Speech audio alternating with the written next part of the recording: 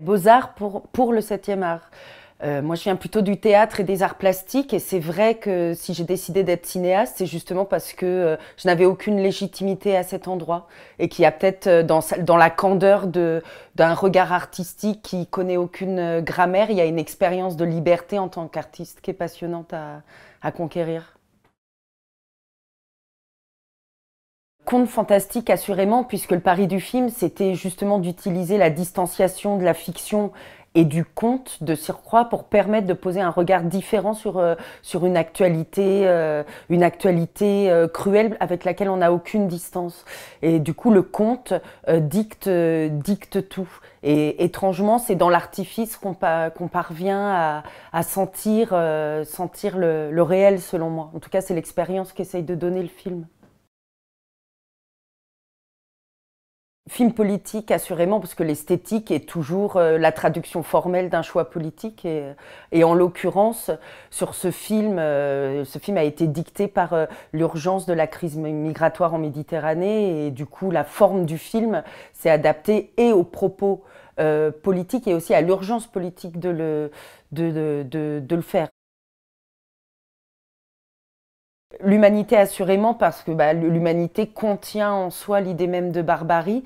Et en l'occurrence, dans le cas de cette crise historique migratoire, on est vraiment au cœur de la dualité que contient toute l'humanité, c'est-à-dire où on voit des énormes élans humains, citoyens, envers la détresse de ces personnes, et en même temps la mise en place, le déploiement d'un protocole beaucoup plus autoritaire, beaucoup plus politique, beaucoup plus idéologique, et qui lui se rapproche en fait d'une barbarie silencieuse.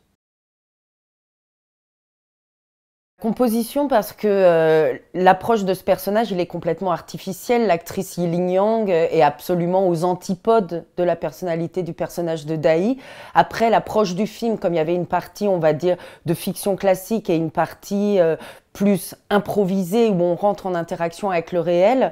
Moi, j'aime pas l'idée d'improvisation parce qu'elle travaillait vraiment l'incarnation d'un personnage qui était très éloigné d'elle, mais plutôt, je parlerais de performance, c'est-à-dire c'est comme un acteur qui rentre dans un état de performance et qui va interagir avec des éléments du réel en étant son personnage. Donc effectivement, il y a une liberté inventive qui doit se faire et interagir avec beaucoup de vivacité. Mais étrangement, on a quand même énormément répété les situations documentaires, voilà, avec des espèces de scies magiques où on essayait d'imaginer toutes les situations et aborder la manière comment le personnage pourrait répondre à ça. Donc encore une fois, c'est par rapport au réel, c'est l'artifice et la fiction qui gagnent.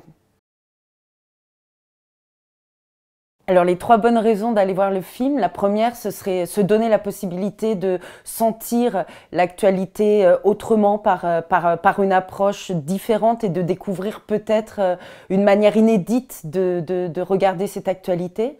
La seconde raison, ce serait la sublimation et le cœur et la passion qu'apportent les acteurs à l'intérieur de la rudesse de ce sujet. Voilà, donc c'est leur capacité de sublimation dans l'horreur et la cruauté du monde. Yi Yang, Yacine Fadel, Enrico Roccaforte et Alessio Barone.